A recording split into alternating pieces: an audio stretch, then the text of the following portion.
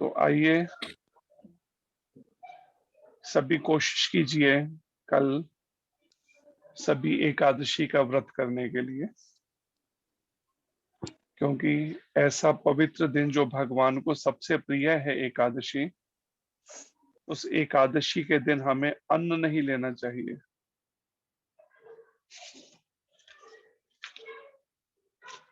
और एकादशी के व्रत का आइए उसकी कथा से शुरुआत करते हैं, क्योंकि क्लास कल नहीं है तो आज इसकी एकादशी के इस महात्म्य, षटतिला एकादशी महात्म्य का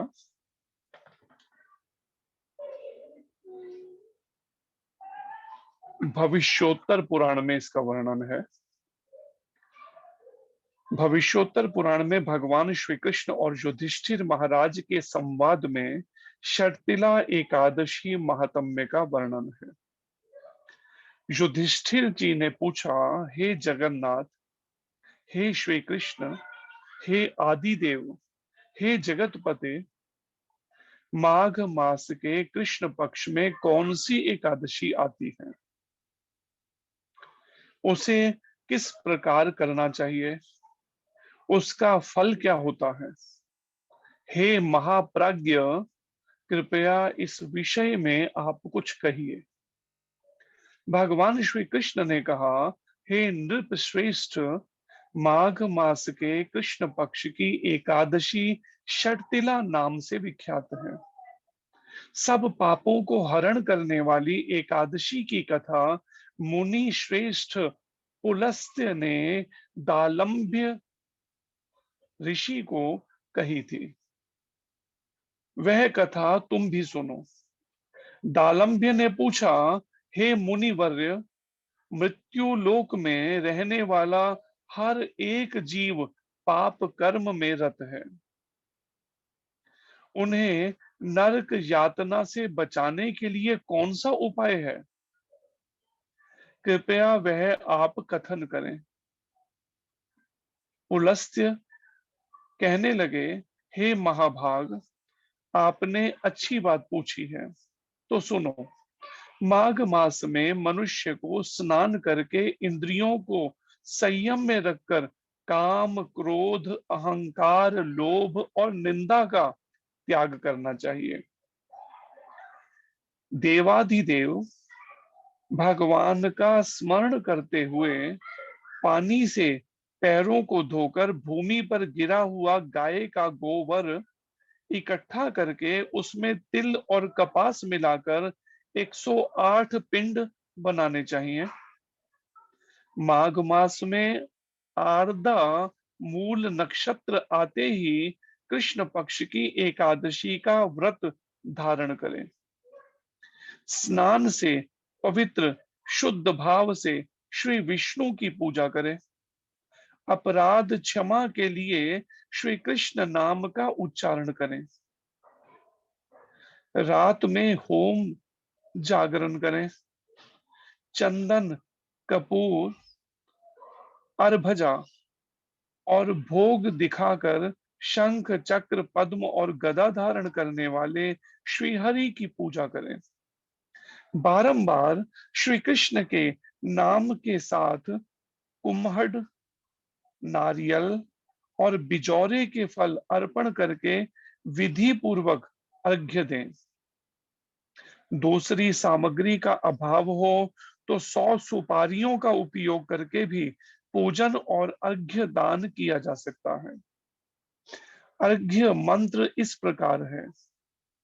कृष्ण कृष्ण कृपालु स्वमगति नाम गतिर्भव संसारार्णव मग्नानां प्रसीद पुरुषोत्तम। नमस्ते पुंडरीकाक्ष, नमस्ते विश्वभावन, सुब्रह्मण्य नमस्ते अस्तु महापुरुष पूर्वज। ग्रहणाघ्यम मया दत्तम लक्ष्मय सह जगतपते। अर्थात सच्चिदानंद श्री कृष्ण, आप बड़े दयालु हैं। हम अनाथ जीवों के आश्रयदाता आप हो। हे पुरुषोत्तम, हम इस संसार सागर में डूब रहे हैं, कृपया हम पर प्रसन्न हो। हे विश्व भावन, हमारा आपको वंदन है। हे कमल नयन, आपको प्रणाम है। हे सुब्रह्मण्यम, हे सुब्रह्मण्यम, हे महापुरुष, हे सभी के पूर्वज, आपको प्रणाम है। हे जगतपते, लक्ष्मी जी के साथ आप इस अर्घ्य को स्वीकार करें। उसके पश्चात ब्राह्मणों की पूजा करके उन्हें पानी से भरा घड़ा देना चाहिए। साथ में छाता, चप्पल और वस्त्र भी अर्पण करें। इस दान द्वारा भगवान श्री कृष्ण प्रसन्न हो, यह कहते हुए दान करना चाहिए। अपनी परिस्थिति अनुसार श्रेष्ठ ब्राह्मण की काली गाय दान में देनी चाहिए। श्रेष्ठ ब्राह्मण को काली गाय दान में देनी चाहिए। हे द्विज श्रेष्ठ, विद्वान पुरुष ने तिल से भरा हुआ पात्र दान करना चाहिए। तिल के दान से व्यक्ति हजारों वर्ष स्वर्ग में वास करता है। तिल स्नाई तिलोद्वर्ती, तिल होमी तिलोदकी, तिल दाता च भोक्ता च, षट तिला पाप नाशिनी। तिल से 6 प्रकार से ये तिल का प्रयोग बताया है। तिल से स्नान करना, स्नान के जल में तिल डालकर स्नान करना।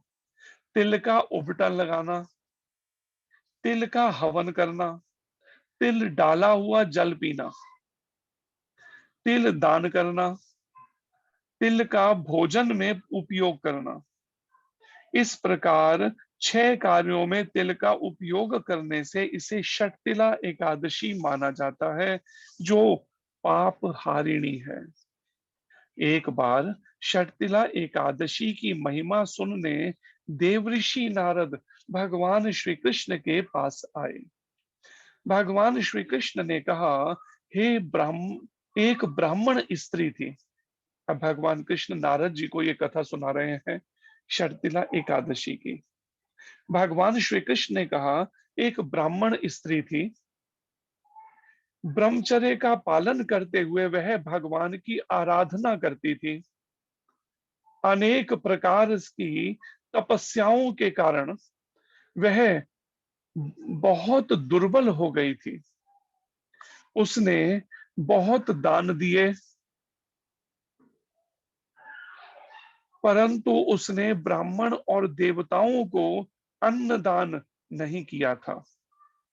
अनेक प्रकार के व्रत और तपस्या करने से वह शुद्ध हो गई थी, परंतु भूखे लोगों को कभी अन्नदान नहीं किया था।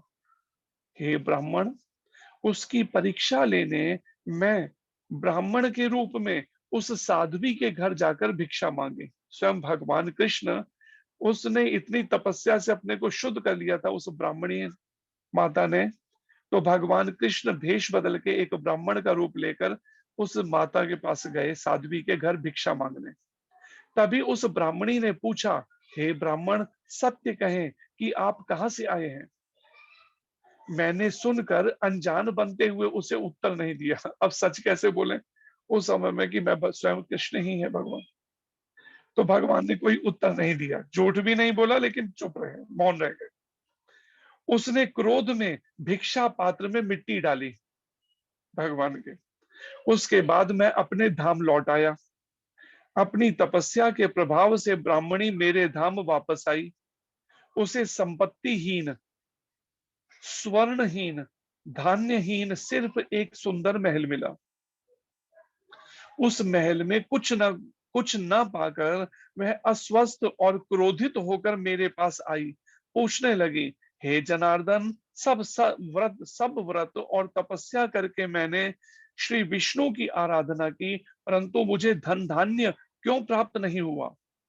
मैंने कहा, हे साध्वी, तुम भौतिक विश्व से यहाँ आई हो, अब तुम अपने घर लौट जाओ। तुम्हें देखने देवताओं की पत्नियां आएंगी, उन्हें षटतिला एकादशी की महिमा पूछकर पूरा सुनने के बाद ही दरवाजा खोलना, अन्यथा नहीं। यह सुनकर ब्राह्मणी घर वापस आई। एक बार ब्राह्मणी दरवाजा बंद करके अंदर बैठी थी। तब देव पत्नियां वहां पर आकर कहने लगी, हे सुंदरी, हे ब्राह्मणी, हम तुम्हारे दर्शन करने आए हैं, कृपया दरवाजा खोलें। तब ब्राह्मणी ने कहा, आपको मुझे देखने की इच्छा है तो कृपया षटतिला एकादशी की महिमा का वर्णन करें, तभी मैं दरवाजा खोलूंगी।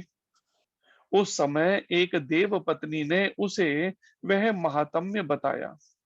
महात्म्य सुनने के बाद ब्राह्मणी ने दरवाजा खोला।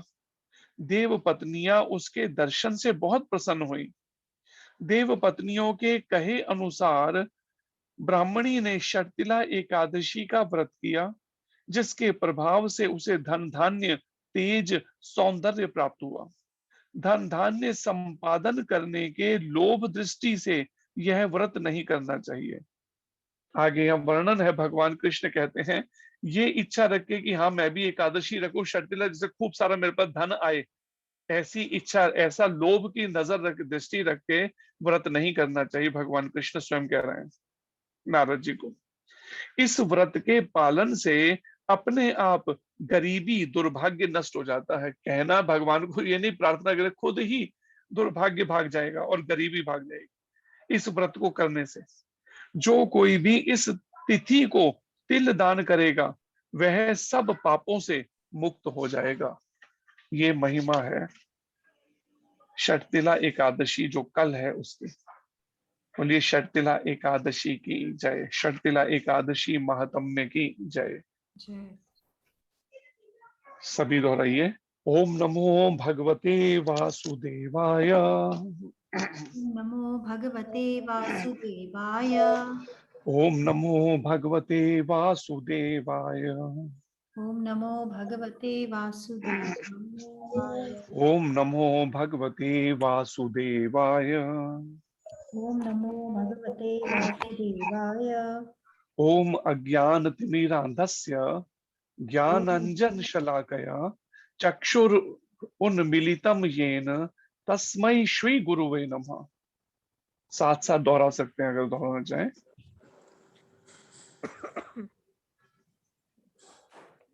नमः ओम विष्णुपादाय कृष्ण पृष्ठाय भूतले श्रीमते नव योगेंद्र गोस्वामी नीति नामिने। नमस्ते प्रभुपाद देवे नाम संकीर्तन प्रचारिणे निर्विशेष शून्यवादी समस्त देश तारिणे।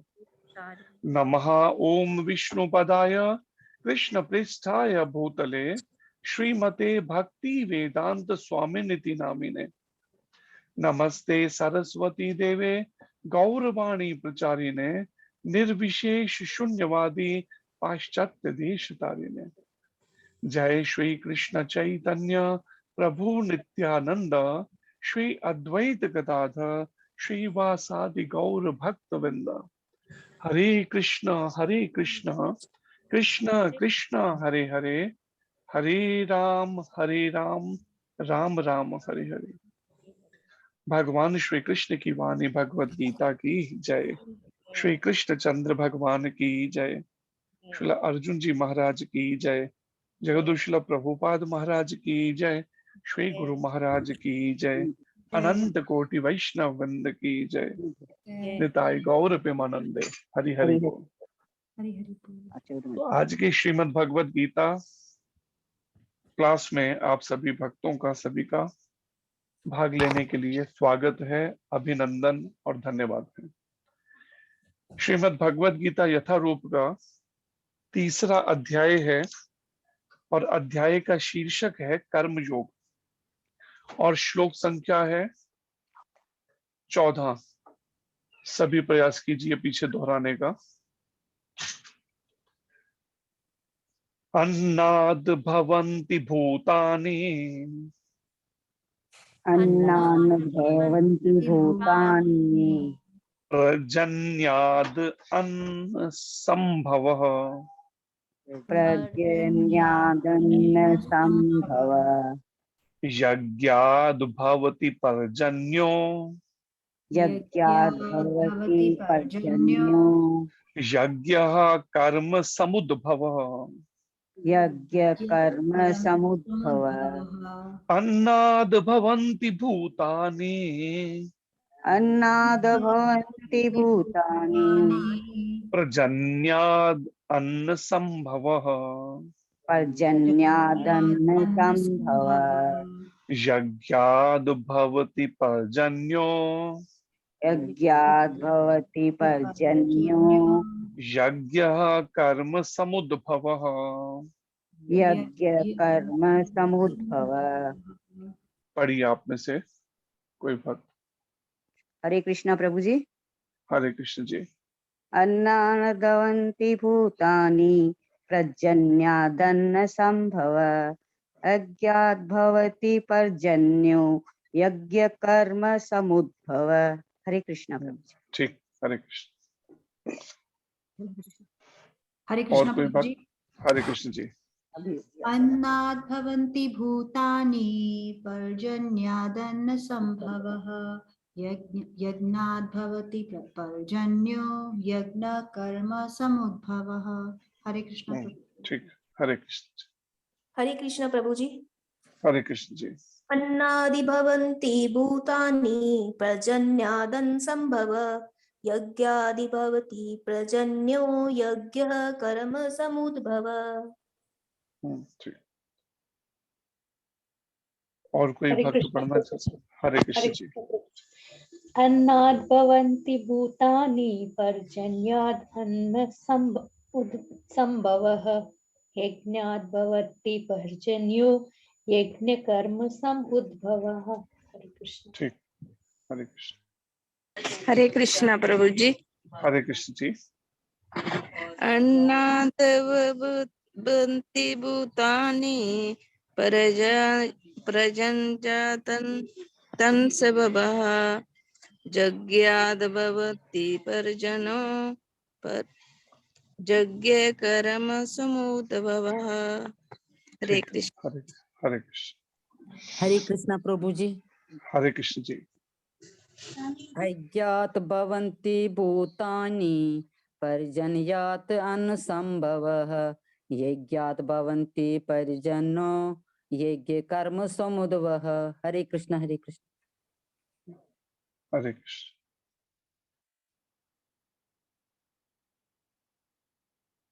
अनुवाद दोहराइए सभी। सारे प्राणी अन्न पर आश्रित हैं, अन्न पर आश्रित है, जो वर्षा से उत्पन्न होता है। जो वर्षा से उत्पन्न होता है। वर्षा यज्ञ संपन्न करने से होती है, वर्षा यज्ञ संपन्न करने से होती है, और यज्ञ नियत कर्मों से उत्पन्न होता है। और यज्ञ नियत कर्मों से उत्पन्न होता है। तात्पर्य अर्चनीय वंदनीय प्रातः स्मरणीय जगदुशला प्रभुपाद महाराज की जय। श्री गुरु महाराज की जय। तात्पर्य का फर्स्ट पैराग्राफ पढ़िए आप में से कोई भक्त। जी फास्ट जिसे भी पढ़ना है वो प्लीज फास्ट हैंड रेज करें। जी ज्योति माता जी पढ़िए। भगवत गीता के महान टीकाकर श्री शील बलदेव विद्याभूषण इस प्रकार लिखते हैं, ये इंद्रिया स्थितम यज्ञम सर्वेश्वरम। ये तो बहुत बड़ा है। विष्णुम अभ्यर्च तच्छैषम अश्नन्तेन तद्वेह यात्राम संपादयन्ति ते सन्तः सर्वेश्वरस्य यज्ञ पुरुषस्य भक्तः सर्वकिल्बिषैर अनादिकाल विवृद्धैर आत्मानुभव प्रतिबंधकैर निखिलै पापे विमुच्यन्ते। पढ़िए। जी प्रभु जी। परमेश्वर जो यज्ञ पुरुष तथा अथवा समस्त यज्ञों के भोक्ता कहलाते हैं, सभी देवताओं के स्वामी हैं, और जिस प्रकार शरीर के अंग पूरे शरीर की सेवा करते हैं, उसी तरह सारे देवता उनकी सेवा करते हैं। इंद्र, चंद्र तथा वरुण जैसे देवता भगवान द्वारा नियुक्त अधिकारी हैं, जो संसारिक कार्यों की देखरेख करते हैं। सारे वेद इन देवताओं को प्रसन्न करने के लिए यज्ञों का निर्देश करते हैं, जिससे वे अन्न उत्पादन के लिए प्रचुर वायु, प्रकाश तथा जल प्रदान करें। जब कृष्ण की पूजा की जाती है तो उनके अंग स्वरूप देवताओं की भी स्वतः पूजा हो जाती है। अतः देवताओं की अलग से पूजा करने की आवश्यकता नहीं होती।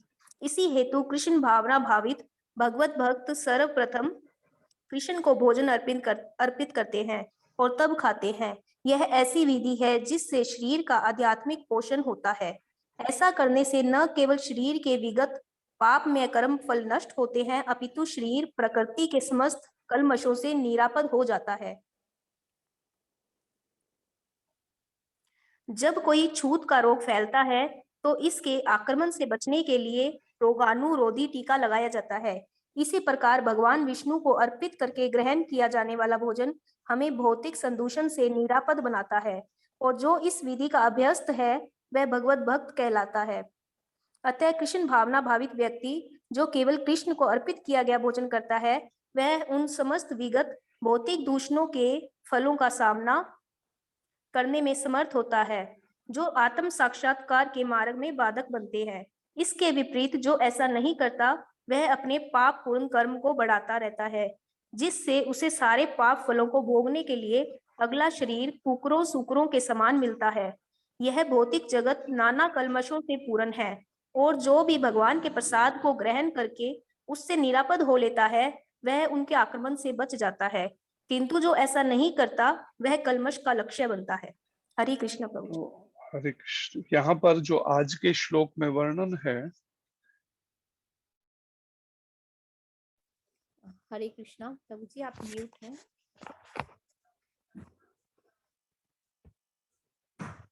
हरि बोल प्रभु जी, म्यूट हैं आप। जैसे स्कूल कॉलेजेस के अंदर हम अलग अलग सब्जेक्ट बचपन में पढ़े हैं, या बच्चों को जब स्कूल भेजा जाता है कॉलेज में तो वहां भी अलग सब्जेक्ट्स, ऐसे ही भगवान के पास लौटने का या इस संसार के दुखों से कष्टों से छूटने के लिए भी एक अपने आप में ये एक साइंस है या तरीका है या एक ऐसा विज्ञान है जिसको व्यवहारिक रूप में अगर जीवन में कोई उतारे तो इस संसार के कष्टों से छूट सकता है। लेकिन सामान्यता होता यह है कि या तो लोग इसके बारे में जानना ही नहीं चाहते, अपने सांसारिक जीवन में खोए रहते हैं। अगर कोई कुछ जान जाते हैं तो वो उसमें जिसे कह सकते हैं लेजी हो जाते हैं, आलसी हो जाते हैं, उसको सीरियस नहीं लेते कई बार उतना। लेकिन भगवान कृष्ण भगवत गीता के माध्यम से उस हर एक स्टेप को, हर एक सीढ़ी को बता रहे हैं जिसके माध्यम से हम जन्म मृत्यु के चक्र से छूटकर मुक्ति प्राप्त करना या भगवत प्राप्ति कर सकते हैं। जैसे आज के श्लोक में भी भगवान श्री कृष्ण कहते हैं कि सारे प्राणी अन्न पर आश्रित हैं। जैसे शब्द भी कहा जाता है कि कलयुग के अंदर अन्न में प्राण है, और जो वर्षा से उत्पन्न होता है, अन्न मिलता है वर्षा से, बारिश अगर समय पे हो तो धरती से अन्न मिलता है, और वर्षा यज्ञ संपन्न करने से होती है। सामान्यतः लोग इस पे चर्चाएं तो बहुत करते हैं, पूरा एक गवर्नमेंट ने एक डिपार्टमेंट ही बना रखा है जो वेदर के बारे में कि कैसा मौसम है उसके बारे में पूरा इंफॉर्मेशन को अपने भौतिक तरीके से बताती रहेंगी।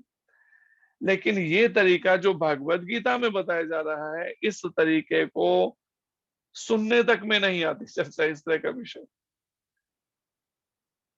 इसीलिए उसके परिणाम भी सामने हैं। कई बार कहते हैं कि हाँ धरती ने अन्न देना बंद कर दिया या कम कर दिया, इसलिए अन्न लोगों को मिल नहीं पा रहा, जबकि ऐसा है नहीं। धरती माता आज भी तैयार है। जितने लोग हैं, जितने संसार के इस धरती पर रहने जितने जीव हैं, सबके लिए पोषण का भगवान ने उनको आज्ञा दे रखी है। लेकिन किस आधार पर? यज्ञ आदि के आधार पर। अगर कोई यज्ञ करेगा, अगर वो भगवान को प्रसन्न करता है, या फिर अलग अलग जिनको डिपार्टमेंट देवी देवताओं को दे रखे हैं उन देवी देवताओं को करता है, तो परिणाम उससे उनको अन्न की प्राप्ति हो सकती है। जैसे अन्नपूर्णा माता है उनका। लेकिन देवी देवताओं से, जो प्रभुपाद जी आगे तात्पर्य में भी समझा रहे हैं इस विषय को, ठीक है, देवी देवताओं से हमें वो सुविधाएं कुछ मिल जाएंगी जो जो जिस उसको देख रहे हैं। अन्नपूर्णा माता है वो अन्न के लिए, या दुर्गा माता भी हैं, उनसे सुरक्षा, भौतिक जगत के अंदर हम सुरक्षा के लिए, या फिर शिव जी की उपासना करते हैं लोग भौतिक किसी लाभ के लिए, इच्छाओं की पूर्ति के लिए। ऐसे ही हनुमान जी को मनाते हैं कि कष्टों से हरण के लिए, संकट जो हमारे जीवन के हैं वो दूर हों। सूर्य देव जी से निरोगी काया के लिए, सरस्वती माता से विद्या के लिए। लेकिन वास्तव में ये सब देवी देवता भगवान श्री कृष्ण के से ही मांग कर कह लीजिए, या उनके द्वारा ही प्रमाणित, अथोराइज हैं। लेकिन आगे इसमें तात्पर्य में वर्णन है, प्रभुपाद जी कहते हैं कि अगर सीधे भगवान की अगर हम भक्ति करें, ये सब देवी देवता भगवान कृष्ण के अंग हैं एक तरह से विराट रूप के अंदर। जैसे भगवान कृष्ण ने जब विराट रूप दिखाया, जो आगे 11वें अध्याय में वर्णन आएगा भगवत गीता के, तो उसमें क्या दिखाया, असंख्य सिर हैं। तो वो असंख्य सिर किनके हैं? वो असंख्य देवी देवता जो है 33 करोड़, वो सब देवी देवता भगवान ने अपने शरीर में दिखाए। सारे ब्रह्मांड सब देवी देवता। तो अगर कोई भगवत गीता से इस बात को समझ लेता है कि सभी देवी देवता भगवान श्री कृष्ण के शरीर में ही वास करते हैं, सब ब्रह्मांड और देवी देवता, तो अगर एक भगवान कृष्ण को प्रसन्न करने में लगता है या उनकी भक्ति में, तो सब देवी देवता खुद ही प्रसन्न हो जाएंगे, क्योंकि वो भगवान कृष्ण के शरीर के अंग ही हैं। लेकिन हम, अगर भूख लग रही है, कोई व्यक्ति हाथों को भोजन खिलाए, तो वो उससे पेट नहीं भरेगा, उसको मुख में ही भोजन डालना पड़ेगा। तो पूरा शरीर जो है, में अलग अलग जो अंग हैं सब मिलकर उसका सहयोग करें तो ही शरीर हष्ट पुष्ट रह सकता है। ठीक इसी तरीके से सब देवी देवता भगवान श्री कृष्ण की आज्ञा में सब कार्य देखते हैं, संचालन देखते हैं पूरे ब्रह्मांड का। जिसे कहा है, एकला ईश्वर कृष्ण बाकी सब भृत्य। एक ईश्वर कृष्ण है, बाकी सब भृत्य कहते हैं दास या सेवक। बाकी सब उनके दास हैं, उनके सेवक हैं। चैतन्य चरितामृत में वर्णन है। और यहाँ पर भगवान कृष्ण कहते हैं, वर्षा यज्ञ संपन्न करने से होती है, और यज्ञ नियत कर्मों से उत्पन्न होता है। नियत कर्म क्या है? जैसे भगवत गीता में वेदों में भी वर्णन है इसका, नियत कर्मों के बारे में, कि हमें ब्राह्मण को, क्षत्रिय को, वैश्य को, शूद्र को, ब्रह्मचारी को, गृहस्थी को, वानप्रस्थी और सन्यासी, वर्णाश्रम जो 8 हैं, ये वर्णाश्रम धर्म में किस किस तरह के उनको कर्म करने चाहिए, ये वेद भी बता रहे हैं, और इन्हीं को ही भगवत गीता में भी वर्णन किया है संक्षेप में। और जब कोई व्यक्ति अपने नियत कर्मों को करता है, तो वो नियत कर्मों को करना अपने आप में वो यज्ञ है। और उस यज्ञ से जब संयम का, नियम का पालन करता है, जैसे पहले 16 संस्कारों का जो वर्णन है शास्त्र में, आज लगभग लोगों को संस्कारों का वो पता ही नहीं है, तो पालन करने का कैसे? पहले ये सब चीजें गुरुकुल में आचार्य के द्वारा सीखने को मिलती थी, लेकिन अब इस तरह का कोई मार्गदर्शन ही नहीं रहा। ना स्कूलों में, ना कॉलेजेस में। और जब जिस तरह की ऐसी स्थिति बनती गई, जब लोग नियत कर्मों को छोड़ते चले गए, क्या नियत कर्म है, तो उसके परिणाम में यज्ञ बंद होने से वर्षा समय पे नहीं होती, या तो होती नहीं या बहुत अधिक होती है, और उसके परिणामवश वही प्रभाव फिर अन्न पर पड़ता है। तो यहाँ पर प्रभुपाद जी तात्पर्य में बता रहे हैं कि भगवत गीता के महान टीकाकार हमारी इस श्री ब्रह्म मधव गौड़ीय संप्रदाय के ये महान आचार्य, जैसे श्रील प्रभुपाद जी के गुरु महाराज श्रील भक्ति सिद्धांत महाराज जी, उनके गुरु महाराज श्रील गौर किशोर बाबा जी, उनके गुरु महाराज श्रील सच्चिदानंद भक्ति विनोद ठाकुर जी, और उनके गुरु महाराज वैष्णव सार्वभौम जगन्नाथ बाबा जी, और उनके गुरु महाराज विश्वनाथ चक्रवर्ती ठाकुर जी, और उनके गुरुदेव श्री बलदेव विद्याभूषण जी। तो श्री बलदेव विद्याभूषण जी ने ये भगवत गीता पर जो टीका की है उसमें ये वर्णन किया है कि परमेश्वर जो यज्ञ पुरुष हैं, भगवान का ये एक अवतार भी है यज्ञ पुरुष के रूप में, यज्ञ भगवान का, जिसका श्रीमद् भागवत में भी वर्णन है। तो यज्ञ पुरुष अथवा समस्त यज्ञों के भोगता कहलाते हैं भगवान कृष्ण, और सभी देवताओं के स्वामी हैं। और जिस प्रकार शरीर के अंग पूरे शरीर की सेवा करते हैं, उसी तरह सारे देवता उनकी सेवा करते हैं। तो प्रभुपाद जी ये बता रहे हैं समझाते हुए, जैसे शरीर के सारे अंग शरीर की इस सेवा में लगे हुए हैं, ठीक ऐसे ही सभी देवी देवता भगवान श्री कृष्ण की सेवा में लगे हैं, उनकी प्रसन्नता के लिए। और यहाँ पर जो वर्णन है यज्ञ पुरुष भगवान के बारे में, तो उनका श्रीमद् भागवत के पहले स्कंद के अंदर भी जो अवतारों का वर्णन है उसमें 7वें अवतार है यज्ञ भगवान, और उनके बारे में वर्णन है 7वें अवतार प्रजापति रुचि तथा उनकी पत्नी आकुति के पुत्र यज्ञ थे। ये एक समय में जैसे दक्ष प्रजापति हुए हैं, ऐसे ही प्रजापति रुचि हुए हैं 7वें अवतार के, जो जिनसे हुआ है भगवान का। प्रजापति रुचि और उनकी पत्नी आकुति माता जो है, उनके पुत्र यज्ञ थे। उन्होंने स्वयंभुव मनु के बदलने पर शासन संभाला। जिस समय सबसे प्रथम जो मनु थे, स्वयंभुव मनु, जब उनका शासन काल पूरा हुआ तो प्रजापति रुचि जी ने शासन संभाला और अपने पुत्र यम जैसे देवताओं की सहायता प्राप्त की।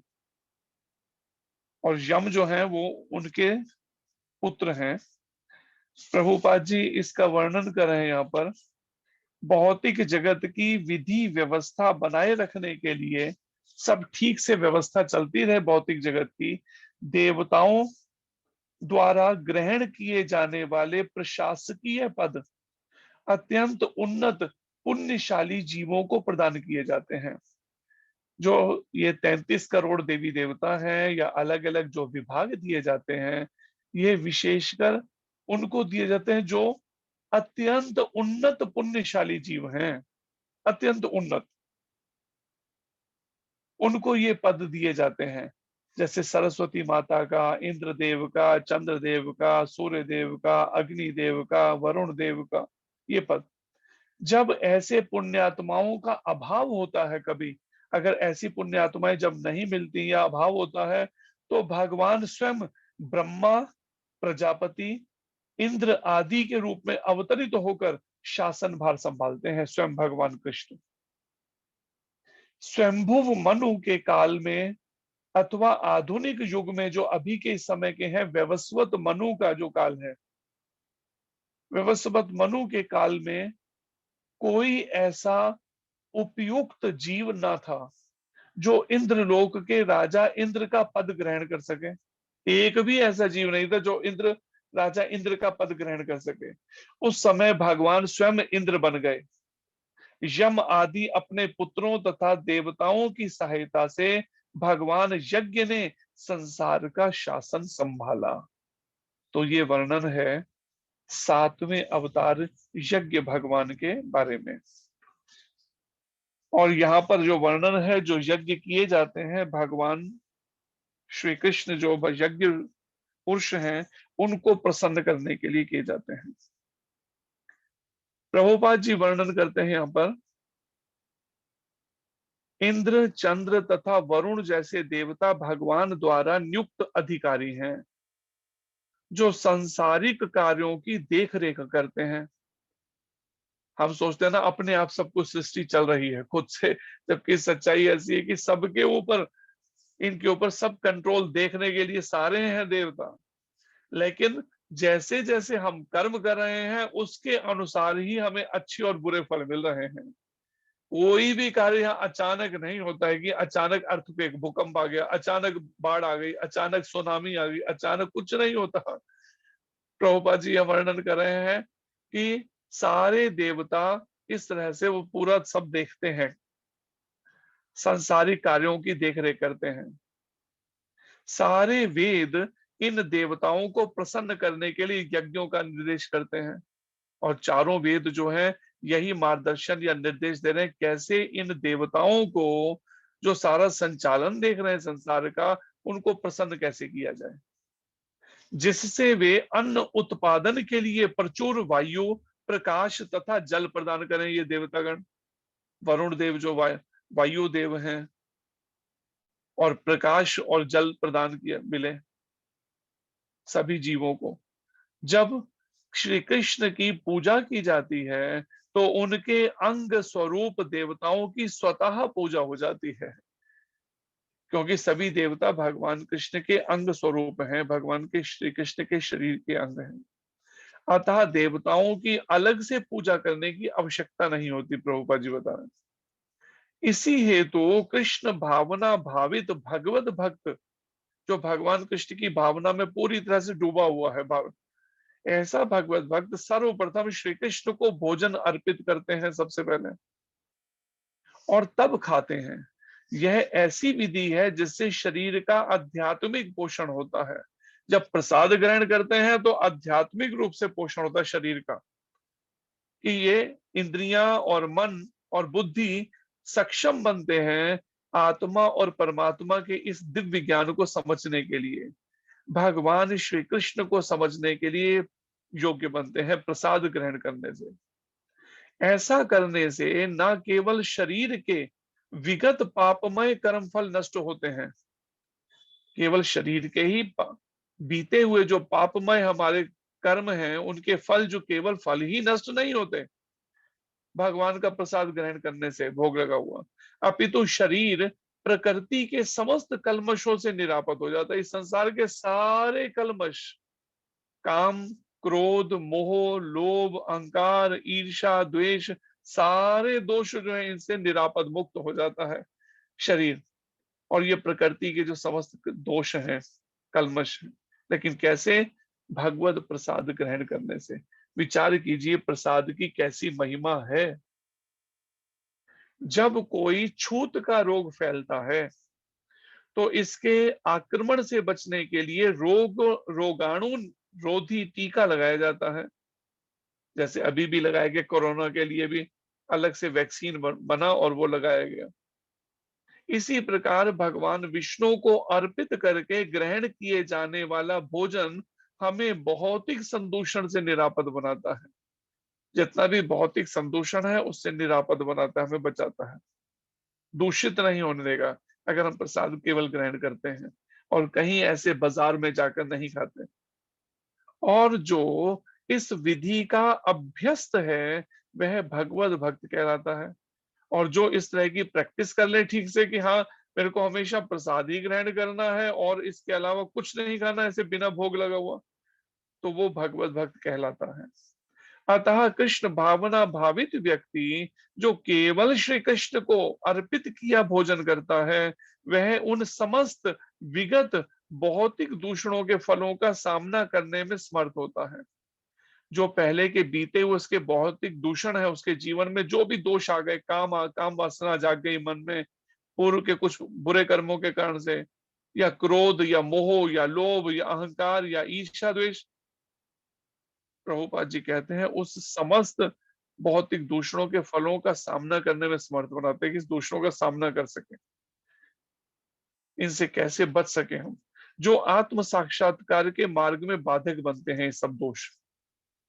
इसके विपरीत जो ऐसा नहीं करता वह अपने पाप पूर्ण कर्म को बढ़ाता रहता है। जो उसके पाप पूर्ण कर्म है उसको और बढ़ाता रहता है, जो ऐसा भोग लगा के नहीं खाता और केवल अपने ही उसके खाने के लिए सब पकाना जो है आज घरों में चल रहा है, जिससे उसे सारे पाप फलों को भोगने के लिए अगला शरीर कुकरों सूकरों के समान मिलता है। कुत्तों के और सुअरों के समान ऐसा शरीर मिलता है उसको पाप फल भोगने के लिए, जो इस तरह से यज्ञ नहीं करता, भगवान को अर्पित भोग लगाकर नहीं खाता। यह भौतिक जगत नाना कल्मशों से पूर्ण है। प्रभुपाद कहते हैं इस भौतिक संसार के अंदर अनेक कल्मश है, कोई 2 4 10 नहीं है, अनेक अनेक बुराइयों का जैसे दोषों का भंडार है ये। लेकिन एक इसमें गुण क्या है इस कलयुग के अंदर, अस्ति ही एक महान गुणा कीर्तना देव कृष्ण से, भगवान कृष्ण के नामों का कीर्तन करने से मुक्त संघा परम विजेत, हम मुक्त हो जाते हैं जन्म मृत्यु के चक्र से। ये सबसे बड़ा लाभ है इस कलयुग का। और जो भी भगवान के प्रसाद को ग्रहण करके उनसे निरापद हो लेता है, इन सब बुराइयों से, दोषों से, कल्मशों से, वह उनके आक्रमण से बच जाता है। किंतु जो ऐसा नहीं करता वह कल्मश का लक्ष्य बनता है, इन सब दोषों का के आक्रमण से बच जाता है वो। और जो ऐसे यज्ञ नहीं करता, भगवान को अर्पित नहीं करता, केवल अपने ही खाने के लिए पकाता है अपने और परिवार के, वो इस कल्मश का, इन सब दोषों का लक्ष्य बनता है। वो उसमें दोष कितना भी प्रयास करे बच नहीं सकेगा इन सब काम क्रोध मोह लोभ अहंकार ईर्ष्या द्वेष से। पढ़िए नेक्स्ट पैराग्राफ। हरे कृष्णा। फास्ट हैंड रेस कीजिए जिसे भी रीड करना है।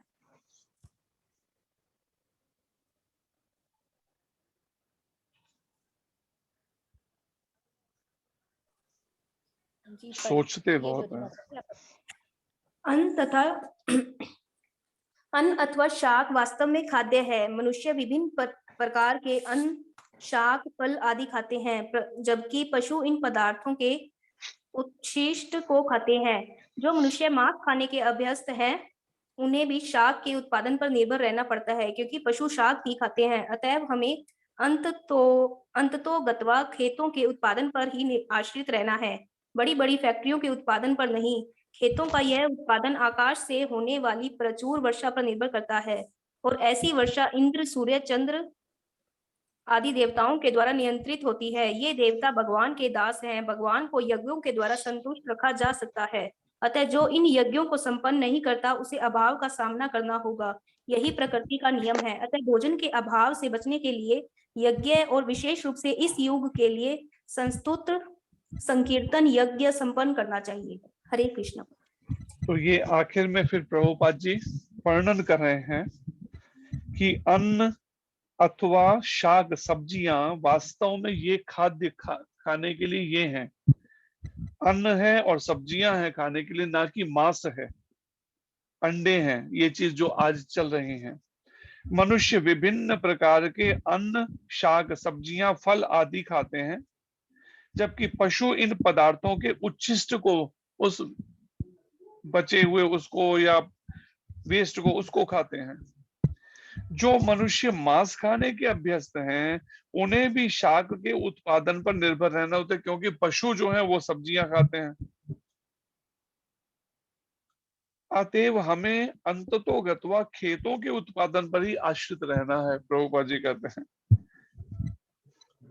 बड़ी बड़ी फैक्ट्रियों के उत्पादन पे नहीं। फैक्ट्रियों में जो बन रहा है उसको आप खा के ये नहीं कर सकते कि हाँ बिना पेड़ों के, बिना अन्न के वो ऐसे कुछ बना लेंगी फैक्ट्रियां खाने की चीजें।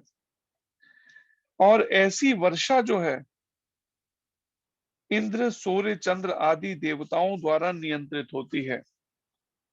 इंद्र देवता के द्वारा, सूर्य देवता के द्वारा और चंद्र देवता के द्वारा, ऐसे 8 देवता। क्योंकि ये देवता भगवान के दास हैं, भगवान को यज्ञों के द्वारा संतुष्ट रखा जा सकता है। अतः जो इन यज्ञों को संपन्न नहीं करता उसे अभाव का सामना करना होगा। यही प्रकृति का नियम है। तो जो भी जीवन में अगर कुछ ऐसा अभाव है किसी को, उसका एक मुख्य कारण यही है कि पूर्व में उसने यज्ञ नहीं किया। यज्ञ पुरुष भगवान को प्रसन्न करने के लिए नहीं भोजन किया पर पकाया है। इसी कारण से अभाव का जीवन जीना पड़ा। लेकिन अगर अब करता है तो भविष्य में प्रभुपाद जी कहते हैं उसका मार्ग खुल जाएगा। अतः भोजन के अभाव से बचने के लिए यज्ञ और विशेष रूप से इस युग के लिए क्या संस्तुत किया है, संकीर्तन यज्ञ संपन्न करना चाहिए। क्योंकि वैदिक यज्ञों का सामान्यतः लोगों को ठीक से उच्चारण नहीं है मंत्रों का, लेकिन ये हरे कृष्ण कृष्ण कृष्ण हरे हरे, हरे राम राम राम हरे हरे, इस महामंत्र का जप और कीर्तन रूपी जो यज्ञ है ये हर कोई संपन्न कर सकता है। यहाँ तक प्रभुपाद जी कहते हैं पशु पक्षी भी इसमें भाग ले सकते हैं। इसकी दिव्य ध्वनि जो है जब वो कानों से जाएगी तो हृदय का कल्मश जो है दूर होगा उससे। ऐसी महिमा है इस एकादशियों की। तो इसका विचार करके, इसको समझकर व्यवहारिक रूप में सभी को ये बात ध्यान में रखनी चाहिए कि कुछ भी बिना भोग लगाए नहीं खाना है।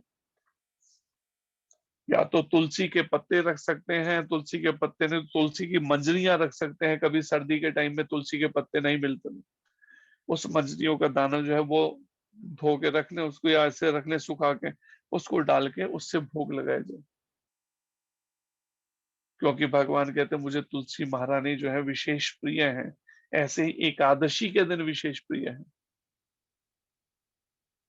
तो ये विचार करते हुए कोशिश कीजिए सभी, बिना भोग लगा कुछ भी नहीं खाना। अगर हम चाहते हैं हमारे जीवन में रोग संकट कलेश ना आए तो भोग लगे बिना कुछ नहीं खाना है।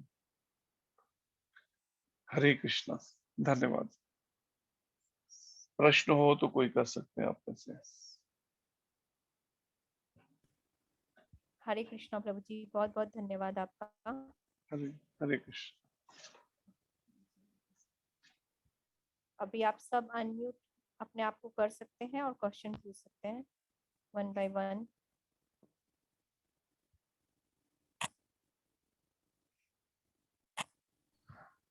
हरे कृष्णा प्रभु जी।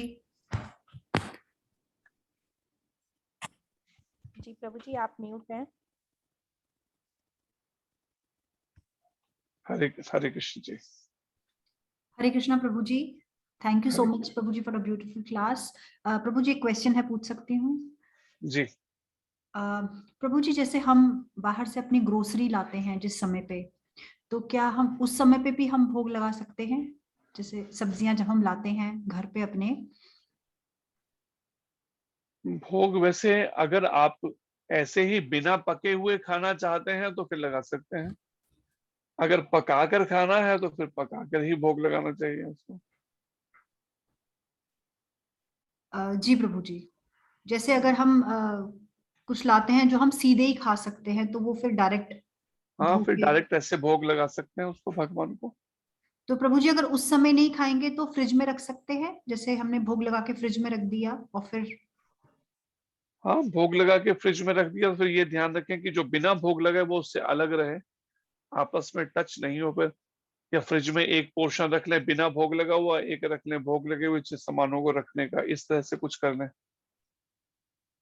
जी प्रभु जी, थैंक यू सो मच प्रभु जी। हरे कृष्णा। हरे कृष्ण। क्योंकि आज जो भी हमारे जीवन में दुख हैं, कष्ट हैं, कलेश हैं, उसका एक कारण ये भी है कि बिना भोग लगा खाया, उसी कारण से शरीर में रोग लगे हुए हैं, कर्मों के कारण से भी। लेकिन एक मुख्य कारण ये भी है जो भगवान कृष्ण स्पेशल विशेषकर यहाँ भगवत गीता के इस श्लोकों में समझा रहे हैं।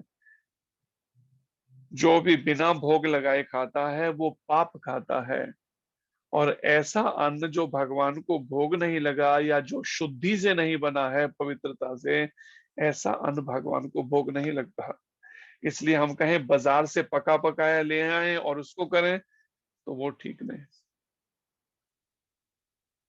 अग्नि भी शुद्ध करती है, वायु भी शुद्ध करती है कुछ चीजों को, लेकिन अग्नि पर खुद शुद्धि से भगवान को स्मरण करते हुए, भगवान के नामों का जप करते हुए जो पकाया जाएगा, वो भगवान उस भाव को ग्रहण करते हैं, उस भाव से ग्रहण करते हैं जो हमारा भाव जैसा है हृदय में।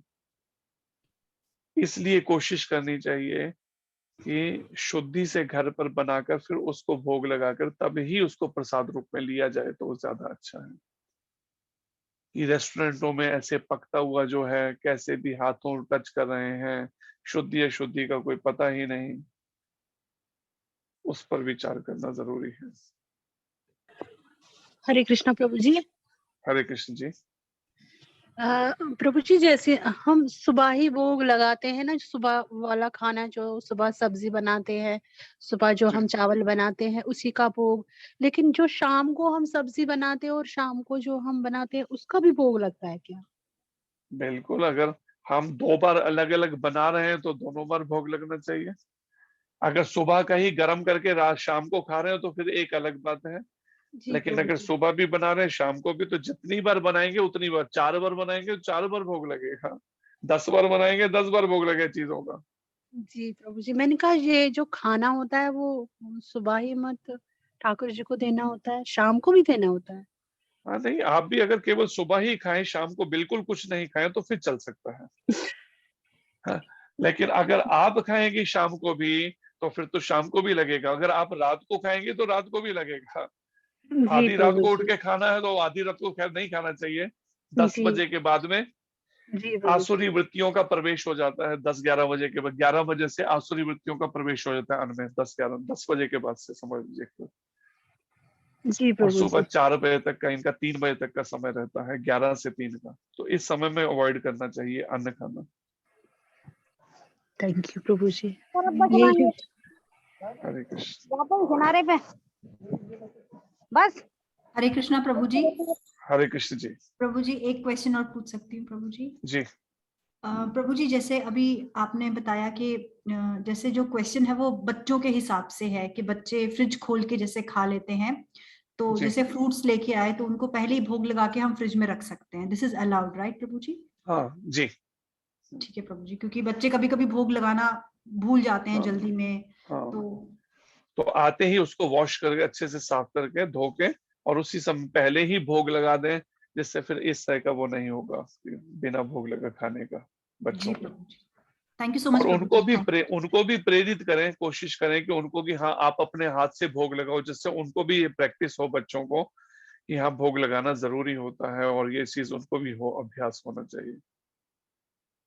जी प्रभु जी, ऐसे करते हैं पर कभी कभी सीधे भी कभी कभी खा लेते हैं, तो वो उसमें भी ये ना हो कि बिना भोग का खा ले, तो इसीलिए तो आते ही भोग लगा दें उनको, जब लेकर आए तभी लगा दें उसे वो। ठीक है प्रभु जी, थैंक यू सो मच प्रभु जी। हरे कृष्णा। हरे कृष्ण। हरे कृष्ण। और कोई प्रश्न किसी भक्त को?